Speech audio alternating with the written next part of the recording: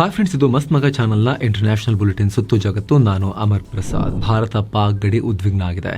ಉಗ್ರ ಪೋಷಕ ಪಾಕಿಸ್ತಾನ ಮತ್ತೆ ಭಾರತದ ಮೇಲೆ ಗುಂಡು ಹಾರಿಸಿದೆ. ಕದನ ವಿರಾಮ ಉಲ್ಲಂಘಿಸಿ ಲೈನ್ ಆಫ್ ಕಂಟ್ರೋಲ್ನಲ್ಲಿ ಗುಂಡಿನ ಮಳೆಯನ್ನು ಕರೆದಿದೆ. ಜಮ್ಮು ಕಾಶ್ಮೀರದ ಕುಪ್ವಾರ ಜಿಲ್ಲೆಯ ನೌಗಾಮ್ ಸೆಕ್ಟರ್ನಲ್ಲಿರೋ ಭಾರತೀಯ ಪೋಸ್ಟ್ಗಳ ಮೇಲೆ ಪಾಕ್ ಸೇನೆ ಫೈರಿಂಗ್ ಮಾಡಿದೆ. ಶುಕ್ರವಾರ ಮಧ್ಯಾಹ್ನ 12 ಗಂಟೆ ಸುಮಾರಿಗೆ ಈ ಘಟನೆಯಾಗಿದೆ. ಸಣ್ಣ ಶಸ್ತ್ರಾಸ್ತ್ರಗಳ ಮೂಲಕ ಪಾಕ್ ಸೇನೆ ದಾಳಿ ಮಾಡಿದೆ.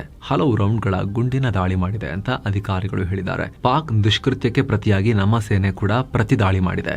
ಈ ಫೈರಿಂಗ್ ನಿಂದ ಯಾವುದೇ ಡ್ಯಾಮೇಜ್ ಆಗಿಲ್ಲ. ಸದ್ಯ ಆ ಭಾಗದಲ್ಲಿ ಪರಿಸ್ಥಿತಿ ನಿಯಂತ್ರಣಕ್ಕೆ ಬಂದಿದೆ ಈಗ ಅಂತ ಹೇಳಿ ಅಧಿಕಾರಿಗಳು ಹೇಳಿದ್ದಾರೆ. ಹಾಗೆ ಹೈ ಅಲರ್ಟ್ ಕೂಡ ಘೋಷಿಸಲಾಗಿದೆ.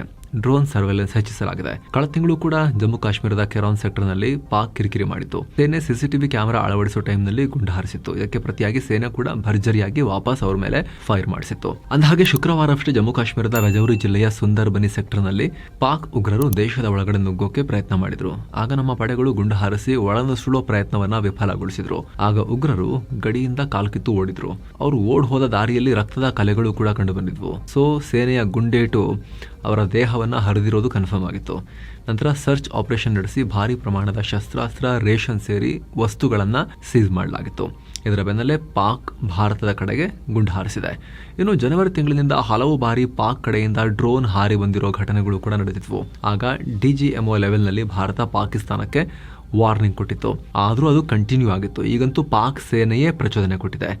ಇದೀಗ ನೆಕ್ಸ್ಟ್ ಯಾವ ಹಂತಕ್ಕೆ ಹೋಗುತ್ತೆ ಅನ್ನೋ ಒಂದು ಪ್ರಶ್ನೆ ಉಳ್ಕೊಂಡಿದೆ. ಈಗ ಅತ್ತ ಪಾಕ್ ಸೈನಿಕರ ದಾಳಿಗೆ ಗಡಿ ಉದ್ವಿಗ್ನಗೊಂಡಿದ್ರೆ, ಇತ್ತ ರಾಜಧಾನಿ ದಿಲ್ಲಿ ಹೈ ಅಲರ್ಟ್ ನಲ್ಲಿದೆ. ಪಾಕ್ ಮೂಲದ ಲಷ್ಕರ್ ಉಗ್ರರು ದಿಲ್ಲಿಯ ಕೆಂಪು ಕೋಟೆ ಹತ್ತಿರ ಪುನಃ ದೊಡ್ಡ ದಾಳಿ ನಡೆಸೋಕೆ ಪ್ಲಾನ್ ಹಾಕೊಂಡಿದ್ದಾರೆ. ಹಾಗೆ ದೇಶಾದ್ಯಂತ ಹಲವು ಪ್ರಮುಖ ಧಾರ್ಮಿಕ ಸ್ಥಳಗಳು ಈ ಉಗ್ರರ ಟಾರ್ಗೆಟ್ ಲಿಸ್ಟ್ ನಲ್ಲಿವೆ. ಅದರಲ್ಲೂ ದಿಲ್ಲಿಯ ಚಾಂದನಿ ಚೌಕ್ ಏರಿಯಾದಲ್ಲಿರೋ ದೇವಸ್ಥಾನದ ಮೇಲೆ ದಾಳಿ ಮಾಡೋಕೆ ಉಗ್ರರು ದೊಡ್ಡ ಕಣ್ಣು ಹಾಕಿದ್ದಾರೆ ಅಂತ ಗುಪ್ತಚರ ಮಾಹಿತಿ ಸಿಕ್ಕಿದೆ. ಸುಧಾರಿತ ಸ್ಫೋಟಕಗಳನ್ನ ಬಳಸಿಕೊಂಡು ದಾಳಿಗೆ ಸ್ಕೆಚ್ ಹಾಕಿದ್ದಾರೆ. ಇತ್ತೀಚೆಗೆ ಫೆಬ್ರವರಿ 6ನೇ ತಾರೀಕು ಪಾಕಿಸ್ತಾನ ರಾಜಧಾನಿ ಇಸ್ಲಾಮಾಬಾದ್ನ ಮಸೀದಿಯೊಂದರಲ್ಲಿ ಸ್ಫೋಟ ಉಂಟಾಗಿತ್ತಲ್ಲ, ಅದಕ್ಕೆ ಪ್ರತಿಯಾಗಿ ಸೇಡು ತೀರಿಸಿಕೊಳ್ಳೋಕೆ ಉಗ್ರರು ಈ ಭಯಾನಕ ಪ್ಲಾನ್ ಮಾಡಿದ್ದಾರೆ ಅಂತ ಹೇಳಲಾಗಿದೆ. ಸೊ ದಿಲ್ಲಿಯಲ್ಲಿ ಮತ್ತೆ ಉಗ್ರ ದಾಳಿಯಾಗೋ ಆತಂಕ ಮನೆ ಮಾಡಿದೆ. ಹೀಗಾಗಿ ದಿಲ್ಲಿ ಹೈ ಅಲರ್ಟ್ ನಲ್ಲಿದೆ. ಸೂಕ್ಷ್ಮ ಧಾರ್ಮಿಕ ಸ್ಥಳಗಳಲ್ಲಿ, ಜನಸಂದಣಿ ಇರೋ ಏರಿಯಾಗಳಲ್ಲಿ ಭದ್ರತೆಯನ್ನ ಹೆಚ್ಚಿಸಲಾಗಿದೆ. ಸೆಂಟ್ರಲ್ ಏಜೆನ್ಸಿಗಳು ಮತ್ತು ದಿಲ್ಲಿ ಪೊಲೀಸರು ಒಟ್ಟಾಗಿ ಕೆಲಸ ಮಾಡುತ್ತಿದ್ದಾರೆ. ಕಣ್ಗಾವಲು ಹೆಚ್ಚು ಮಾಡಿದ್ದಾರೆ. ಸೂಕ್ಷ್ಮ ಸ್ಥಳಗಳಿಗೆ ಹೆಚ್ಚುವರಿ ಸಿಬ್ಬಂದಿಯನ್ನ ನಿಯೋಜನೆ ಮಾಡಲಾಗಿದೆ. ಸ್ಟ್ರಾಟಜಿಕ್ ಲೊಕೇಶನ್ಗಳಲ್ಲಿ ಸ್ಫೋಟಕ ನಿಷ್ಕ್ರಿಯ ದಳ, ಶ್ವಾನದಳ ಮತ್ತು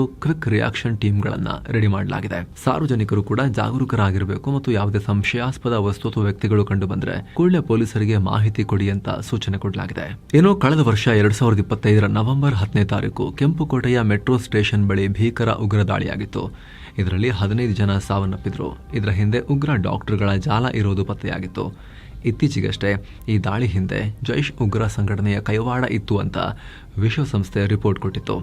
ಸದ್ಯ ಈ ಘಟನೆ ಕುರಿತು ತನಿಖೆ ನಡೀತಾ ಇರೋ ಹೊತ್ತಲ್ಲಿ ಲಷ್ಕರ್ ಉಗ್ರರು ಇಂತಹದ್ದೇ ಸಂಚು ರೂಪಿಸಿರುವುದು ದಿಲ್ಲಿಯಲ್ಲಿ ಭಯದ ವಾತಾವರಣ ಸೃಷ್ಟಿಯಾಗೋಕೆ ಕಾರಣ ಆಗಿದೆ. ಅಮೆರಿಕದ ಅಧ್ಯಕ್ಷ ಸ್ಥಾನ ಏರ್ದಾಗ್ನಿಂದ ಒಂದಲ್ಲ ಒಂದು ರಾಷ್ಟ್ರಕ್ಕೆ ಟ್ಯಾರಿಫ್ ಶಾಕ್ ಕೊಡ್ತಾ ಇದ್ದ ಡೊನಾಲ್ಡ್ ಟ್ರಂಪ್ಗೆ ಅಮೆರಿಕದ ಸುಪ್ರೀಂ ಕೋರ್ಟ್ ಚಾಟಿ ಬೀಸಿದೆ. ಟ್ರಂಪ್ ರ ಗ್ಲೋಬಲ್ ಟ್ಯಾರಿಫ್ಗೆ ಸುಪ್ರೀಂ ಕೋರ್ಟ್ ದೊಡ್ಡ ಬ್ರೇಕ್ ಹಾಕಿದೆ. ಸ್ಟ್ರೈಕ್ ಡೌನ್ ಮಾಡಿ ಬಿಸಾಕಿದೆ. ಟ್ರಂಪ್ ಟ್ಯಾರಿಫ್ ನಿರ್ಧಾರವನ್ನ ಕಾನೂನು ಬಾಹಿರ ಅಂತ ತೀರ್ಪು ಕೊಟ್ಟಿದೆ. International emergency economic powers act ಕಾನೂನಡಿಯಲ್ಲಿ ಅಧ್ಯಕ್ಷರಿಗೆ ಈ ರೀತಿ ತೆರಿಗೆ ಹಾಕೋ ಅಧಿಕಾರ ಇಲ್ಲ. ಈ IEEPA ಕಾನೂನು ಬಳಸಿಕೊಂಡು ತುರ್ತು ಪರಿಸ್ಥಿತಿಯಲ್ಲಿ ಆಮದನ್ನ ಕಂಟ್ರೋಲ್ ಮಾಡೋಕೆ ಮಾತ್ರ ಅಧ್ಯಕ್ಷರಿಗೆ ಅನುಮತಿ ಇದೆ ಅಷ್ಟೇ. ಸಂವಿಧಾನದ ಪ್ರಕಾರ ಕಾಂಗ್ರೆಸ್ ಅಂದ್ರೆ ಅಲ್ಲಿನ ಸಂಸತ್ಗೆ ಈ ಅಧಿಕಾರ ಇರೋದು ಅಂತ ಜಡ್ಜ್ಗಳು ಕ್ಲಿಯರ್ ಮಾಡಿದ್ದಾರೆ. ಇದಕ್ಕೆ ಸಂಬಂಧಪಟ್ಟಂತೆ ಡೀಟೇಲ್ ಆಗಿ ಇದರ ಪರಿಣಾಮ ಏನು, ತುಂಬಾ ದೊಡ್ಡ ವಿಚಾರ ಇದು, ಚಿಕ್ಕದಾಗಿ ಹೇಳಬಾರ್ದು. ವಿವರವಾಗಿ ನಿಮಗೆ ಇದ್ರ ಬಗ್ಗೆ ಮಾಹಿತಿಯನ್ನ ಕೊಡ್ತೀವಿ ಸ್ನೇಹಿತರೆ. ಅತಿ ಶೀಘ್ರದಲ್ಲಿ ಸ್ಪೆಷಲ್ ರಿಪೋರ್ಟ್ ನಿಮ್ಮ ಮುಂದೆ ಬರುತ್ತೆ ಸಂಬಂಧಪಟ್ಟಂತೆ. ಆದ್ರೆ ಒಂದು ಗೊತ್ತಿರಲಿ, ಟ್ರಂಪ್ ಸುಮ್ಮನೆ ಕೂತಿಲ್ಲ. ಸುಪ್ರೀಂ ಕೋರ್ಟ್ ಹಿಂಗೆ ಹೇಳ್ತಿದ್ದ ಹಾಗೆ ಟ್ರಂಪ್ ಮತ್ತೆ ಹೊಸದಾಗಿ 10% ಗ್ಲೋಬಲ್ ಟ್ಯಾರಿಫ್ ಅಂತ ಹೇಳಿ ಎಕ್ಸಿಕ್ಯೂಟಿವ್ ಆರ್ಡರ್ಗೆ ಸೈನ್ ಮಾಡಿದ್ದಾರೆ. ಎಲ್ಲದಕ್ಕೆ ಸಂಬಂಧಪಟ್ಟಂತೆ ಇದರ ಪರಿಣಾಮಗಳಿಗೆ ಸಂಬಂಧಪಟ್ಟಂತೆ ಆಗಲೇ ಹೇಳಿದ್ವಲ್ಲ, ಸ್ಪೆಷಲ್ ವಿಡಿಯೋದಲ್ಲಿ ಮಾಹಿತಿ ಕೊಡ್ತೀವಿ ಅತಿ ಶೀಘ್ರದಲ್ಲಿ. ಏನು ಬಾಂಗ್ಲಾ ಚುನಾವಣೆಯಲ್ಲಿ ಹೀನಾಯವಾಗಿ ಸೋತಿರೋ ವಿದ್ಯಾರ್ಥಿ ಒಕ್ಕೂಟದ NCP ಪಕ್ಷ ಭಾರತದ ಮೇಲೆ ವಿಚಿತ್ರ ಆರೋಪ ಮಾಡಿದೆ. ಬಾಂಗ್ಲಾ ಎಲೆಕ್ಷನ್ ಅಲ್ಲಿ BNP ಗೆಲ್ಲೋಕೆ ಭಾರತ ಹೆಲ್ಪ್ ಮಾಡಿದೆಯಂತೆ. ಈ ಹಿಂದೆ ಹಸೀನಾ ಗೆಲ್ಲೋಕೆ ಭಾರತ ಹೆಲ್ಪ್ ಮಾಡ್ತಿತ್ತಂತೆ, ಹಂಗೆ ಹೇಳ್ತಾ ಇದ್ರು. ಹಂಗೇಳಿ ದಂಗೆ ಮಾಡಿ ಅವ್ರನ್ನ ಓಡಿಸೇ ಬಿಟ್ರು. ಇವರೊಟ್ಟಿಗೆ ಅಲ್ಲಿ BNP ಕೂಡ ಹಸೀನಾ ವಿರುದ್ಧ ಇತ್ತು ಆ ಟೈಮ್ನಲ್ಲಿ. ಈಗ BNP ಗೆದ್ದು ಬಂದಿದೆ, ಅವರಿಗೆ ಭಾರತ ಹೆಲ್ಪ್ ಮಾಡಿದೆಯಂತೆ. ಬಾಂಗ್ಲಾ ಚುನಾವಣಾ ರಿಸಲ್ಟ್ ಮೇಲೆ ಭಾರತದ ಪ್ರಭಾವ ಇದೆ ಅಂತ ಎನ್ಸಿಪಿ ಲೀಡರ್ ನಹೀದ್ ಇಸ್ಲಾಂ ಆರೋಪ ಮಾಡಿದ್ದಾರೆ. ಫೆಬ್ರವರಿ 12ನೇ ತಾರೀಕು ನಡೆದ ಎಲೆಕ್ಷನ್ ರಿಸಲ್ಟ್ ಮ್ಯಾನಿಪ್ಯುಲೇಟ್ ಆಗಿದೆ.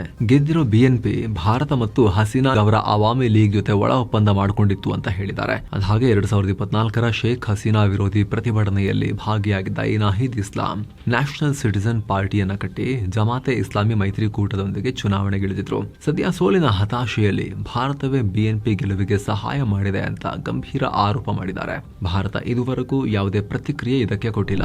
ಇನ್ನು ಬಾಂಗ್ಲಾದ ಹೊಸ ಪಿಎಂ ಆಗಿ ತಾರಿಕುರ್ ರೆಹಮಾನ್ ಅಧಿಕಾರ ವಹಿಸಿಕೊಂಡ ಬೆನ್ನಲ್ಲೇ ಭಾರತದ ಜೊತೆಗಿನ ಸಂಬಂಧ ಚೆನ್ನಾಗಿ ಮಾಡ್ಕೊಳ್ಳೋಕೆ ಮೊದಲ ಸ್ಟೆಪ್ ಇಟ್ಟಿದ್ದಾರೆ. ಕಳೆದ ಡಿಸೆಂಬರ್ನಿಂದ ದಿಲ್ಲಿಯಲ್ಲಿ ನಿಂತು ಹೋಗಿದ್ದ ಬಾಂಗ್ಲಾದೇಶದ ವೀಸಾ ಸರ್ವಿಸ್ ಅನ್ನ ಈಗ ಮತ್ತೆ ಶುರು ಮಾಡಲಾಗಿದೆ. ದಿಲ್ಲಿಯಲ್ಲಿರೋ ಬಾಂಗ್ಲಾ ಹೈಕಮಿಷನ್ ಭಾರತೀಯ ಪ್ರಜೆಗಳಿಗೆ ವೀಸಾ ಸೇವೆಗಳನ್ನ ಶುರು ಮಾಡಿದೆ. ಭಾರತ ವಿರೋಧಿ ಲೀಡರ್ ಉಸ್ಮಾನ್ ಹದಿ ಹತ್ಯೆ ನಂತರ 2 ರಾಷ್ಟ್ರಗಳ ನಡುವೆ ಗಲಾಟೆ ಶುರುವಾಗಿತ್ತು. ಇದರಿಂದ ಟೂರಿಸ್ಟ್ ಮತ್ತು ಮೆಡಿಕಲ್ ವೀಸಾಗಳನ್ನು ಬಂದ್ ಮಾಡಲಾಗಿತ್ತು. ಇತ್ತ ಭಾರತ ಕೂಡ ಬಾಂಗ್ಲಾ ಪ್ರಜೆಗಳಿಗೆ ಶೀಘ್ರದಲ್ಲಿ ಎಲ್ಲಾ ಕ್ಯಾಟಗರಿಯ ವೀಸಾಸ್ ಅನ್ನ ಮತ್ತೆ ಕೊಡೋದಾಗಿ ಗ್ರೀನ್ ಸಿಗ್ನಲ್ ಕೊಟ್ಟಿದೆ. ಇದರ ಬೆನ್ನಲ್ಲೇ ಬಾಂಗ್ಲಾ ಈ ನಿರ್ಧಾರ ತಗೊಂಡಿದೆ.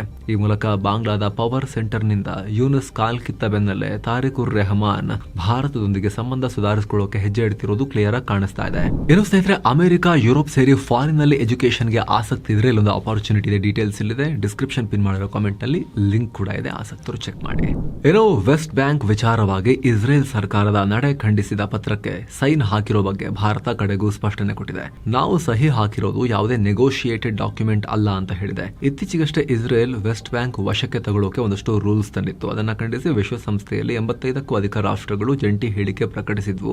ಭಾರತ ಕೂಡ ಲೇಟರ್ ಈ ಪ್ರಕಟಣೆಗೆ ಸೈನ್ ಹಾಕಿರೋದು ಚರ್ಚೆಯಾಗಿತ್ತು. ಕ್ಲಾರಿಟಿ ಕೊಡ್ತಾ ಇದ್ದಾರೆ. ಈಗ ನಾವು ಸೈನ್ ಮಾಡಿರೋ ವಿಶ್ವಸಂಸ್ಥೆಯ ಆ ಹೇಳಿಕೆ ಯಾವುದೇ ನೆಗೋಷಿಯೇಟೆಡ್ ಡಾಕ್ಯುಮೆಂಟ್ ಅಂದ್ರೆ ಖುದ್ದಾಗಿ ಚರ್ಚಿಸಿ ಸಿದ್ಧಪಡಿಸಿದ ಅಧಿಕೃತ ದಾಖಲೆ ಅಲ್ಲ. ಬದಲಿಗೆ ವಿಚಾರದಲ್ಲಿ ನಮ್ಮ ಅಧಿಕೃತ ನಿಲುವನ್ನ ಈಗ ಆಲ್ರೆಡಿ ಅರಬ್ ಲೀಗ್ ಜೊತೆಗಿನ ಮೀಟಿಂಗ್ ನಲ್ಲಿ ಕ್ಲಿಯರ್ ಆಗಿ ಹೇಳಿದ್ದೇವೆ. 1967ರ ಗಡಿಯ ಆಧಾರದ ಮೇಲೆ ಇಂಡಿಪೆಂಡೆಂಟ್ ಪ್ಯಾಲೆಸ್ತೇನ್ ನಿರ್ಮಾಣ ಆಗಬೇಕು ಹಾಗೂ ಇಸ್ರೇಲ್ ಜೊತೆ ಅದು ಸಹಬಾಳ್ವೆಯಿಂದ 2 ರಾಷ್ಟ್ರಗಳು ಇರಬೇಕು ಅನ್ನೋದು ಭಾರತದ ಒರಿಜಿನಲ್ ಸ್ಟ್ಯಾಂಡ್. ಇದು ಕಂಟಿನ್ಯೂ ಆಗುತ್ತೆ, ಹಾಗೆ ಇರುತ್ತೆ ಅಂತ ವಿದೇಶಾಂಗ ಇಲಾಖೆ ವಕ್ತಾರ ರಣಧೀರ್ ಜೈಸ್ವಾಲ್ ಹೇಳಿದ್ದಾರೆ. ಪಿಎಂ ಮೋದಿ ಇಸ್ರೇಲ್ ಪ್ರವಾಸ ಕೈಗೊಳ್ತಾ ಇರೋ ಹೊತ್ತಲ್ಲಿ ಭಾರತ ಈ ಬಗ್ಗೆ ಕ್ಲಾರಿಟಿ ಕೊಟ್ಟಿರೋದು ಇಂಪಾರ್ಟೆಂಟ್. ಏನೋ ಮೋದಿ ಭೇಟಿಗೂ ಮುನ್ನ ಇಸ್ರೇಲ್ ಪಿಎಂ ಬೆಂಜಮಿನ್ ನೆತನ್ಯಾಹು ಭಾರತದ ಬಗ್ಗೆ ಮೆಚ್ಚುಗೆಯ ಮಾತುಗಳನ್ನಾಡಿದ್ದಾರೆ. ನಾವು ನಮ್ಮ ಮಿತ್ರ ರಾಷ್ಟ್ರಗಳೊಂದಿಗಿನ ಸಂಬಂಧವನ್ನ ಮತ್ತಷ್ಟು ಗಟ್ಟಿಗೊಳಿಸ್ತಾ ಇದ್ದೀವಿ. ಮುಂದಿನ ವಾರ ನಮ್ಮ ಬಹುದೊಡ್ಡ ಮಿತ್ರ ಹಾಗೂ ದೈತ್ಯ ಶಕ್ತಿಯಾಗಿರೋ ಜೈಗ್ಯಾಂಟಿಕ್ ಪವರ್ ಭಾರತದ ಪ್ರಧಾನಿ ನಮ್ಮ ದೇಶಕ್ಕೆ ಬರ್ತಾ ಇದ್ದಾರೆ. ಭಾರತ ಸಣ್ಣ ದೇಶ ಅಲ್ಲರಿ, 1.4 ಬಿಲಿಯನ್ ಅಂದ್ರೆ 140 ಕೋಟಿಗೂ ಅಧಿಕ ಜನರಿರೋ ರಾಷ್ಟ್ರ, ಭಾರಿ ಪವರ್ಫುಲ್ ಮತ್ತು ಜಗತ್ತಿನಾದ್ಯಂತ ತುಂಬಾನೇ ಪಾಪ್ಯುಲರ್ ಆಗಿದೆ ಅಂತ ಹಾಡಿ ಹೋಗಿದ್ದಾರೆ. ಇದೇ ವೇಳೆ ಅಮೆರಿಕ ಅಧ್ಯಕ್ಷ ಟ್ರಂಪ್ ರನ್ನ ಇಸ್ರೇಲ್ನ ಅತಿದೊಡ್ಡ ಸ್ನೇಹಿತ ಅಂತ ಕರೆದಿದ್ದಾರೆ. ಅಲ್ಲದೆ ಭದ್ರತೆ ವಿಚಾರದಲ್ಲಿ ನಮ್ಮ ಪ್ರಮುಖ ಮಿತ್ರರ ಜೊತೆಗಿನ ಸ್ಟ್ರಾಟಜಿಕ್ ಅಲಯನ್ಸ್ ಇನ್ನಷ್ಟು ಗಟ್ಟಿಯಾಗುತ್ತೆ ಅಂತ ನೆತನ್ಯಾಹು ಹೇಳಿದ್ದಾರೆ. ಫೆಬ್ರವರಿ 25ನೇ ತಾರೀಕಿನಿಂದ ಪಿಎಂ ಮೋದಿ 2 ದಿನಗಳ ಇಸ್ರೇಲ್ ಪ್ರವಾಸ ಇಟ್ಕೊಂಡಿರೋದು. ಮತ್ತೊಂದು ಕಡೆ ಲೆಬನಾನ್ ಮೇಲೆ ಇಸ್ರೇಲ್ ಮತ್ತೆ ದಾಳಿ ಮಾಡಿದೆ. ಪರಿಣಾಮ ಕನಿಷ್ಠ 12 ಜನ ಮೃತಪಟ್ಟಿದ್ದಾರೆ, ಹಲವರು ಗಾಯಗೊಂಡಿದ್ದಾರೆ. ಮತ್ತೊಂದು ಕಡೆ ಇಸ್ರೇಲ್ ಜೊತೆಗಿನ ನಿರಂತರ ಸಂಘರ್ಷದ ನಡುವೆ ಹಮಸ್ ತನ್ನ ನಾಯಕನ ಆಯ್ಕೆಗಾಗಿ ಎಲೆಕ್ಷನ್ ನಡೆಸ್ತಾ ಇದೆ ಅನ್ನೋ ಮಾಹಿತಿ ಸಿಕ್ಕಿದೆ. ಕಳೆದ ವರ್ಷ ಅಕ್ಟೋಬರ್ನಲ್ಲಿ ಇಸ್ರೇಲ್ ದಾಳಿಯಿಂದ ಹಮಸ್ನ ಮುಖ್ಯಸ್ಥ ಯಾಹ್ಯಾ ಸಿನ್ವರ್ ಮೃತಪಟ್ಟಿದ್ದ ಬಳಿಕ ಖಲೀಲ್ ಅಲ್ ಹಯ್ಯಾ ಸೇರಿದ ಹಾಗೆ 5 ಜನರ ಸಮಿತಿಯೊಂದು ಹಮಾಸ್ ಅನ್ನು ಮುನ್ನಡೆಸ್ತಾ ಇತ್ತು. ಆದ್ರೆ ಈಗ ಟ್ರಂಪ್ ಗಾಜಾ ಪೀಸ್ ಪ್ಲಾನ್ ತರ್ತಿರೋದ್ರಿಂದ ಮಾತುಕತೆಗೆ ಒಬ್ಬನೇ ಖಾಯಂ ನಾಯಕ ಇರಬೇಕು ಅಂತ ಈ ಎಲೆಕ್ಷನ್ ನಡೆಸಲಾಗ್ತಾ ಇದೆ. ಸದ್ಯ ಮತದಾನದ ಪ್ರಕ್ರಿಯೆ ನಡೀತಾ ಇದೆ. ನಾಯಕನ ರೇಸ್ನಲ್ಲಿ ದೋಹಾದಲ್ಲಿರೋ ಖಲೀಲ್ ಅಲ್ ಹಯ್ಯಾ ಮುಂಚೂಣಿಯಲ್ಲಿದ್ದಾನೆ ಅಂತ ಗೊತ್ತಾಗಿದೆ. ಕೆಲವೇ ದಿನಗಳಲ್ಲಿ ಕ್ಲಾರಿಟಿ ಸಿಗುತ್ತೆ ಸಂಬಂಧಪಟ್ಟಂತೆ. ಇತ್ತ ಇರಾನ್ ಮತ್ತು ಅಮೆರಿಕ ನಡುವಿನ ಎಸ್ಕಲೇಷನ್ ತಣ್ಣಗಾಗೋ ಸೂಚನೆ ಕಾಣಿಸ್ತಾ ಇಲ್ಲ. ಅಮೆರಿಕ ಮತ್ತು ಇರಾನ್ ನಡುವೆ ಯುದ್ಧದ ಭೀತಿ ಕ್ಷಣ ಕ್ಷಣಕ್ಕೂ ಹೆಚ್ಚಾಗ್ತಿದೆ. ಈಗ ಅಮೆರಿಕ ಅಧ್ಯಕ್ಷ ಟ್ರಂಪ್ ಇರಾನ್ ಮೇಲೆ ಲಿಮಿಟೆಡ್ ಮಿಲಿಟರಿ ಸ್ಟ್ರೈಕ್ ಅಂದ್ರೆ ಸೀಮಿತ ಮಿಲಿಟರಿ ಸ್ಟ್ರೈಕ್ಸ್ ಅನ್ನ ದಾಳಿಯನ್ನ ನಡೆಸೋ ಸಾಧ್ಯತೆಯ ಎಚ್ಚರಿಕೆಯನ್ನು ಕೊಟ್ಟಿದ್ದಾರೆ. ಪರಮಾಣು ಒಪ್ಪಂದ ಮಾಡ್ಕೊಳ್ಳೋಕೆ ಪ್ರೆಷರ್ ಹಾಕೋಕೆ ಇರಾನ್ ಮೇಲೆ ಸೀಮಿತ ದಾಳಿಯನ್ನ ಕನ್ಸಿಡರ್ ಮಾಡ್ತಿದ್ದೀನಿ ಅಂತ ಹೇಳಿದ್ದಾರೆ. ದಾಳಿ ಮಾಡೋದ್ರ ಬಗ್ಗೆ ಸೀರಿಯಸ್ ಆಗಿ ಥಿಂಕ್ ಮಾಡಿರೋದನ್ನ ಅವ್ರು ಒಪ್ಕೊಳ್ತಾ ಇದ್ದಾರೆ. ಈಗ ಇರಾನ್ಗೆ ನ್ಯೂಕ್ಲಿಯರ್ ಡೀಲ್ ಮಾಡ್ಕೊಳ್ಳೋಕೆ 10 to 15 ಡೇಸ್ ಟೈಮ್ ಕೊಡ್ತೀನಿ, ಇಲ್ಲದೆ ಹೋದ್ರೆ ಇರಾನ್ ಗಂಭೀರ ಪರಿಣಾಮ ಎದುರಿಸಬೇಕಾಗತ್ತೆ ಅಂತ ಹೇಳಿದ್ರು ಒಂದಿನ ಹಿಂದಷ್ಟೇ. ಆದ್ರೀಗ ಇರಾನ್ ಯಾಕೋ ಬರ್ತಾ ಇಲ್ಲ ಅಂತ ಕಾಣುತ್ತೆ. ಮಿಲಿಟರಿ ದಾಳಿಯ ಸೂಚನೆಯನ್ನ ಕೊಡ್ತಾ ಇದ್ದಾರೆ. ಇತ್ತ ಇರಾನ್ ವಿದೇಶಾಂಗ ಸಚಿವ ಅಬ್ಬಾಸ್ ಅರಾಕ್ಚಿ ಮತ್ತೆ ಅರಚಿಕೊಂಡಿದ್ದಾರೆ. ಅಮೆರಿಕ ಜೊತೆಗಿನ ಡೀಲ್ ರೆಡಿ ಆಗ್ತಾ ಇದೆ. 2 ರಾಷ್ಟ್ರಗಳು ಒಪ್ಪಂದದ ಕರಡು ಪ್ರತಿ ತಯಾರಿಸಿವೆ. ಆದ್ರೆ ನಮ್ಮ ಮೇಲೆ ಏನಾದ್ರು ದಾಳಿ ಮಾಡಕ್ ಬಂದ್ರೆ ಸುಮ್ಮನಿರೋದಿಲ್ಲ ಅಂತ ಹೇಳಿದ್ದಾರೆ. ಮತ್ತೊಂದು ಕಡೆ ಇರಾನ್ ಆಡಳಿತದ ಅಂದ್ರೆ ಖಾಮಿನೇಯಿಗಳ ರೂಲ್ ಇದೆಯಲ್ಲ, ಅಲ್ಲಿ ಅವರ ಸರ್ಕಾರದ ಅಥವಾ ಆಡಳಿತದ ದೊಡ್ಡ ಹೆಡ್ಗಳನ್ನ ತಲೆಗಳನ್ನ ಉರುಳಿಸೋಕೆ ಪ್ಲಾನ್ ರೆಡಿ ಆಗಿದೆ. ಡೊನಾಲ್ಡ್ ಟ್ರಂಪ್ ಅವರ ಟೇಬಲ್ ಮೇಲೆ ಪ್ಲಾನ್ ಹೋಗಿ ಕುತ್ಕೊಂಡಿದೆ, ಅವರು ಓಕೆ ಹೇಳೋದಷ್ಟೇ ಬಾಕಿ ಅಂತ ಅಮೆರಿಕದ ಮಾಧ್ಯಮ ಆಕ್ಸಿಯೋಸ್ ರಿಪೋರ್ಟ್ ಮಾಡಿದೆ. ಇರಾನ್ನ ಸುಪ್ರೀಂ ಲೀಡರ್ ಆಯತುಲ್ಲಾ ಅಲಿ ಖಾಮೆನೈ ಮತ್ತು ಅವರ ಮಗ ಮುಜ್ತಬಾ ಖಾಮೆನೈಯನ್ನ ಟಾರ್ಗೆಟ್ ಮಾಡಿ ಮುಗಿಸೋ ಬಗ್ಗೆ ಕೂಡ ಅಮೆರಿಕ ಥಿಂಕ್ ಮಾಡ್ತಾ ಇದೆ. ಅಮೆರಿಕದ ರಕ್ಷಣಾ ಇಲಾಖೆ ಈಗ ಆಲ್ರೆಡಿ ಹಲವು ಮಿಲಿಟರಿ ಆಪ್ಷನ್ಗಳನ್ನ ಟ್ರಂಪ್ಗೆ ನೀಡಿದ್ದು, ಅದರಲ್ಲಿ ಈ ಆಪ್ಷನ್ ಕೂಡ ಇದೆ ಅಂತ.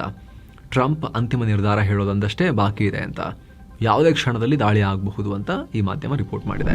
ಆದರೆ ಟ್ರಂಪ್ರ ಈ ಪ್ಲಾನ್ಗಳಿಗೆ ಅಮೆರಿಕದ ಕಾಂಗ್ರೆಸ್ ವಿರೋಧ ವ್ಯಕ್ತಪಡಿಸಿದೆ. ಟ್ರಂಪ್ರ ಈ ಯುದ್ಧದ ಪ್ಲಾನ್ ತಡೆಯೋಕೆ ಅಮೆರಿಕದ ಸಂಸದರು ಈಗ ಒಂದಾಗಿದ್ದಾರೆ. ಅಮೆರಿಕದ ಸಂವಿಧಾನದ ಪ್ರಕಾರ ದೇಶವನ್ನ ಯುದ್ಧಕ್ಕೆ ತಳ್ಳುವ ಅಧಿಕಾರ ಇರೋದು ಅಲ್ಲಿನ ಸಂಸತ್ಗೆ ಹೊರತು ಬರೀ ಅಧ್ಯಕ್ಷರಿಗೆ ಮಾತ್ರ ಅಲ್ಲ ಅಂತ ಚರ್ಚೆ ಶುರುವಾಗಿದೆ. ಅದಕ್ಕಾಗಿ ಡೆಮೊಕ್ರಾಟ್ಸ್ ಮತ್ತು ರಿಪಬ್ಲಿಕನ್ ಪಾರ್ಟಿಯ ಕೆಲ ಸದಸ್ಯರು ಕೂಡ ಸೇರಿ ಟ್ರಂಪ್ರ ಕೈ ಕಟ್ಟಿ ಹಾಕೋಕೆ ರೆಸಲ್ಯೂಷನ್ ತರೋಕೆ ಪ್ಲಾನ್ ಮಾಡ್ತಿದ್ದಾರೆ. ಮುಂದಿನ ವಾರವೇ ಈ ಬಗ್ಗೆ ವೋಟಿಂಗ್ ನಡೆಯೋ ಸಾಧ್ಯತೆ ಇದೆ. ಈ ನಡುವೆ ಭಾರತ ಈ ವಿಚಾರದಲ್ಲಿ ಅಲರ್ಟ್ ಆಗಿದೆ. ಪರಿಸ್ಥಿತಿಯನ್ನ ಭಾರತ ಕ್ಲೋಸ್ಲಿ ಮಾನಿಟರ್ ಮಾಡ್ತಾ ಇದೆ. ಅದನ್ನೇನು ಮಾಡೋದಲ್ಲ, ನಾವು ಯಾವಾಗಲೂ ಈಗಲೂ ಅದನ್ನೇ ಹೇಳ್ತಾ ಇದೀವಿ, ನಾವು ಕ್ಲೋಸ್ಲಿ ಮಾನಿಟರ್ ಮಾಡ್ತಾ ಇದೀವಿ ಅಂತ. ಇರಾನ್ ರಾಜಧಾನಿ ತೆಹರಾನ್ನಲ್ಲಿರುವ ಭಾರತೀಯರೊಂದಿಗೆ ನಿರಂತರ ಸಂಪರ್ಕದಲ್ಲಿದ್ದೀವಿ, ಯಾವಾಗಲೂ ಹೇಳೋದನ್ನ ಮತ್ತೆ ಈ ಸಲ ಕೂಡ ಹೇಳಿದ್ದಾರೆ. ವಿದೇಶಾಂಗ ಇಲಾಖೆ ಆ ರೀತಿ ಸ್ಟೇಟ್ಮೆಂಟ್ ಕೊಟ್ಟಿದೆ. ಇನ್ನು AI ಸಮಿಟ್ ನಲ್ಲಿ ಪಾಲ್ಗೊಳ್ಳೋಕೆ ಭಾರತಕ್ಕೆ ಬಂದಿರೋ ಬ್ರೆಜಿಲ್ ಅಧ್ಯಕ್ಷ ಲುಲ್ಲಾ ಡಾ ಸಿಲ್ವಾ PM ಮೋದಿ ಅವರನ್ನ ಮೀಟ್ ಮಾಡಿದ್ದಾರೆ. ಈ ವೇಳೆ ಇಬ್ಬರು ನಾಯಕರ ನಡುವೆ ದ್ವಿಪಕ್ಷೀಯ ಮಾತುಕತೆ, ಮುಖ್ಯವಾಗಿ ಕ್ರಿಟಿಕಲ್ ಮಿನರಲ್ಸ್ ಪೂರೈಕೆಗೆ ಸಂಬಂಧಪಟ್ಟಂತೆ ಮಹತ್ವದ ಒಪ್ಪಂದ ಮತ್ತು ಚರ್ಚೆ. ಚೀನಾ ಮೇಲಿನ ಅವಲಂಬನೆ ಕಮ್ಮಿ ಮಾಡೋಕೆ ಈ ಹೆಜ್ಜೆ. ಇನ್ನು ಇದಕ್ಕೂ ಮುನ್ನ ಇಂಟರ್ವ್ಯೂ ಒಂದರಲ್ಲಿ ಲುಲ್ಲಾ ಡಾ ಸಿಲ್ವಾ ಬಿಗ್ ಸ್ಟೇಟ್ಮೆಂಟ್ ಕೊಟ್ಟಿದ್ದಾರೆ. ಟ್ರಂಪ್ ಹೇರ್ತಿರೋ ಟ್ಯಾರಿಫ್ ಬಗ್ಗೆ ಮಾತನಾಡ್ತಾ, ನಾನು PM ಮೋದಿ ಸೇರಿ ಫ್ಯೂಚರ್ನಲ್ಲಿ ಅಮೆರಿಕನ್ ಡಾಲರ್ ಮೇಲಿನ ಅವಲಂಬನೆ ಕಮ್ಮಿ ಮಾಡ್ತೀವಿ. ಡಾಲರ್ ಇಲ್ಲದೇನೆ ನಮ್ಮಲ್ಲೇ ವ್ಯಾಪಾರ ಮಾಡೋ ಹೊಸ ಪರ್ಯಾಯ ವ್ಯವಸ್ಥೆಯನ್ನ ನಿಧಾನವಾಗಿ ಬಿಲ್ಡ್ ಮಾಡ್ತೀವಿ. ಈ ಮೂಲಕ ನಾವಿಬ್ರು ಜಗತ್ತಿನ ಇತಿಹಾಸವನ್ನ ಚೇಂಜ್ ಮಾಡ್ತೀವಿ ಅಂತ ಹೇಳಿದ್ದಾರೆ. ಇದೇ ವೇಳೆ ಟ್ರಂಪ್ ವಿರುದ್ಧ ಪರೋಕ್ಷವಾಗಿ ಗುಡುಗಿದ್ದಾರೆ. ನನಗೆ ಯುದ್ಧ ಅಥವಾ ಸಂಘರ್ಷ ಬೇಕಿಲ್ಲ. 80 ವರ್ಷ ವಯಸ್ಸಾಗಿರೋ ನಾವಿಬ್ರು, ಅಂದರೆ ನಾನು ಮತ್ತು ಟ್ರಂಪ್, ಕಿತ್ತಾಡ್ಕೊಳ್ಳೋದು ಬೇಕಾಗಿಲ್ಲ. ಈ ವಿಚಾರದಲ್ಲಿ ಮಹಾತ್ಮ ಗಾಂಧೀಜಿಯವರ ನನಗೆ ರೋಲ್ ಮಾಡೆಲ್. ಗಾಂಧೀಜಿಯವರ ಅಹಿಂಸಾ ತತ್ವ ಮತ್ತು ಹೋರಾಟ ನನಗೆ ಯಾವಾಗಲೂ ಸ್ಫೂರ್ತಿ. ನಾನು ಯಾವತ್ತಿದ್ರೂ ಸಂಘರ್ಷಕ್ಕಿಂತ ಮಾತುಕತೆಗೆ ಹೆಚ್ಚು ಒತ್ತು ಕೊಡ್ತೀನಿ ಅಂತ ಹೇಳಿದ್ದಾರೆ. ಇನ್ನು ಅಮೆರಿಕ ಅಧ್ಯಕ್ಷ ಟ್ರಂಪ್ ಮತ್ತು PM ಮೋದಿ ಅವರ ಬಹುನಿರೀಕ್ಷಿತ ಭೇಟಿ ಬಗ್ಗೆ ಭಾರತದಲ್ಲಿರೋ US ರಾಯಭಾರಿ ಸೆರ್ಗಿ ಗೋರ್ ದೊಡ್ಡ ಅಪ್ಡೇಟ್ ಕೊಟ್ಟಿದ್ದಾರೆ.